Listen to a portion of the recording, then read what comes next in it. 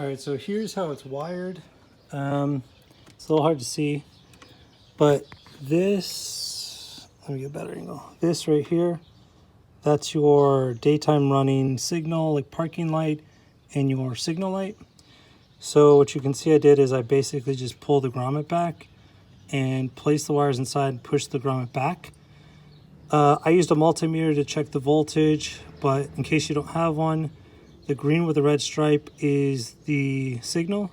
The solid green is the full-time hot. So you want to put red to the green, yellow to the striped.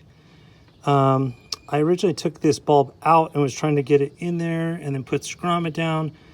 After doing that, I would recommend just leaving the bulb in place, prying the grommet back carefully, securing the wires, and push the grommet back. So I ran the cord for one of them under here, under the grill, back out here, back into here. And then this yellow goes to the passenger signal. I did the same thing here. It's hard to see this stripe on, actually, looking at it, I'm not sure. I know I checked it with the meter. You might have to confirm the left side now looking at it. I'm not certain. It looks like the yellow is to the solid. My apologies, but just turn on your signal and check with a multimeter. You'll be able to see it fluctuate for the blinker, and then it'll be solid for the hot. The black is obviously the ground. This wire is literally just long enough. So I did my best to kind of tuck it. I probably want to make this a little bit higher gauge and more secure in the future. But what you can see I did is went down below here for the hot, and then here's actually the black ground, and this is actually like a hood bumper stop, and this just unscrews. It's like rubber. Put the ground in there and then tightened it on it. That worked awesome. So highly recommend that placement for a thin wire ground like this. And then I just kind of taped things together. In hindsight, I would have used some heat shrink. The cords for the housing for the actual LED strips do have 3-point clips. There's one down there and there's one down there, so you can actually disconnect the LED strips from the main harness. So again, in hindsight, I would have put some heat shrink on some of these parts before I installed it, but that's why you're watching this, so you can learn from my mistakes. The other thing is, just from watching other people install it, is clean this really, really well as you can. And I didn't use the, well, I removed the adhesive backing that they had, but then I used 3M double-sided tape, like actual 3M, don't buy anything generic, and pushed that on there, left them running for a while because they get a little warm, and then just reposition and just continue to push them down. This is kind of the placement if you're trying to line it up. So these are 24 inches. 24 inches, if you use this brand or another brand, works perfect. Cuts off here, it ends here, but once the hood's closed, I'll show you, you really don't see it. Originally, the instructions told me to put the red hot in the ground to a fuse tap, which I think you'd have to do if you don't have a 12-volt source already for daytime running.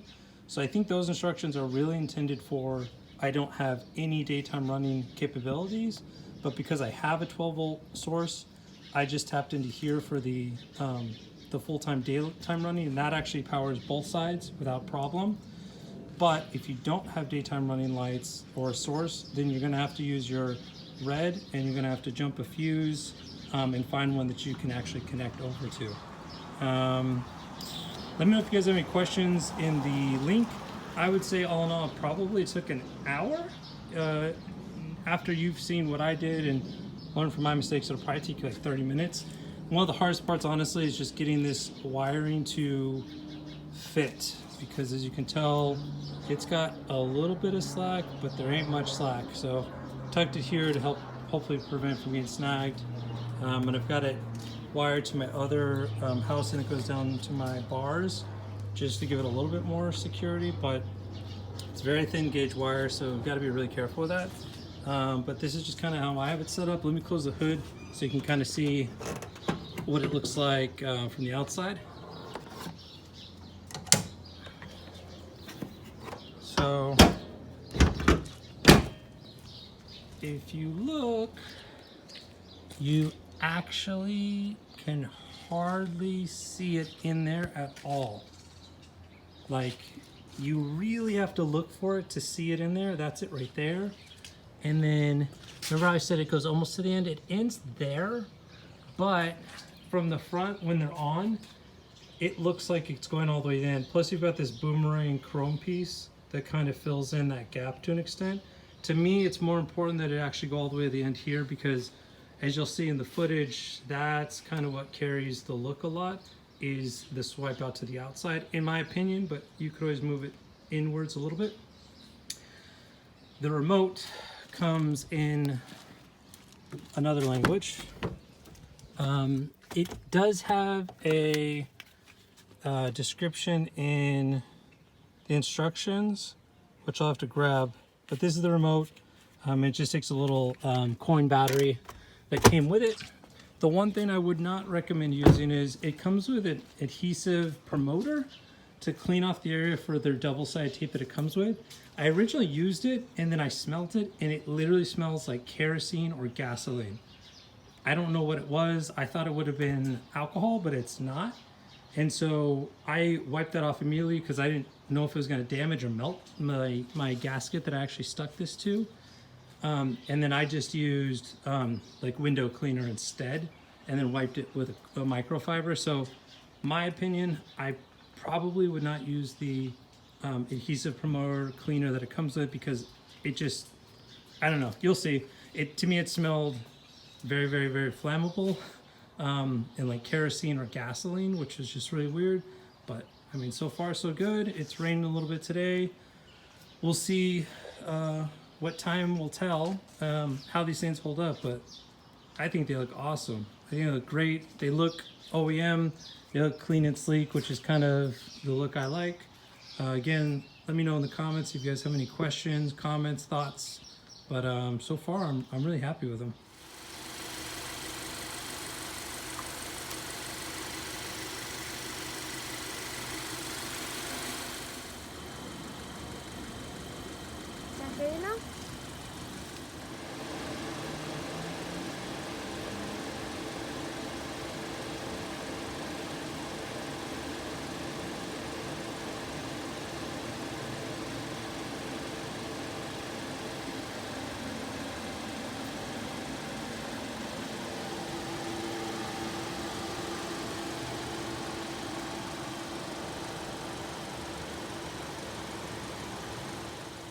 All right, I'm gonna go through some of the different modes just to show you. It's a little hard to see at night, of course. So that's just the white, like kind of rain light. We'll do red, green, blue. Blue looks real nice. It's a little hard to pick it up on camera, but blue looks real nice. That's like a teal, yellowish, amber. There's a purple, looks more like a fuchsia, like a pink. And then there's a bunch of modes that I haven't quite figured out because this is in Chinese. There's rainbow, it's pretty cool. This one's like a color stack.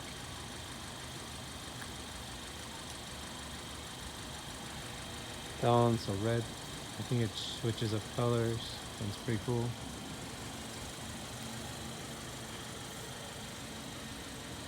Malcolm's helping display them. That one's red and green. It's a little hard to tell on camera. That one's blue and green. And that's where it builds up the box on it. Yeah, it's like stacking it. And then it goes in color. That's how it works. This one's kind of hard to explain. It's a bunch of different colors fading. They go into each other and then they stop. That's how they go. That one's kind of another fade pattern.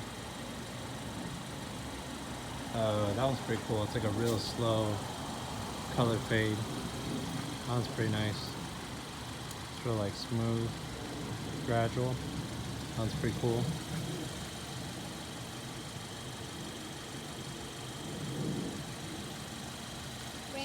Rainbow one's really pretty. That one looks really nice, like real nice.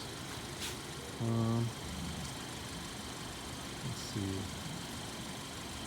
I think one of these is like a speed, maybe? Yeah, it seems like that slowed it down, maybe? It went slow and then now it's going a little bit faster. Oh, And they're it's excited too. Apparently, that was weird. Yeah, so I don't know if I went through all the modes or not, but pretty cool. I like them. Like them a lot. Kind of like a digitized pattern of different colors. It's really hard to tell on camera. They obviously look different in person, but just the plain like white Rhine lights look real nice too. Malcolm, go hit the center button for both of them to flash. So looks nice. Cool. This is not hard, but there was kind of some tips and tricks on doing this. So the cord to get to this one from this one was a little bit short and it was wrapped around something right here. Yeah, the cord so you barely had to unwrap fit. it and then put it right here. So it barely fit at first, but now it kind of fits better. So yeah.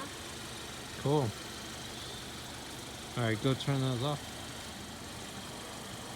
So it'll go back to what the driving lights look like. So that looks nice. It almost looks like the boomerang lights, but not quite. But the driving light looks really clean. Like that looks nice, real clean.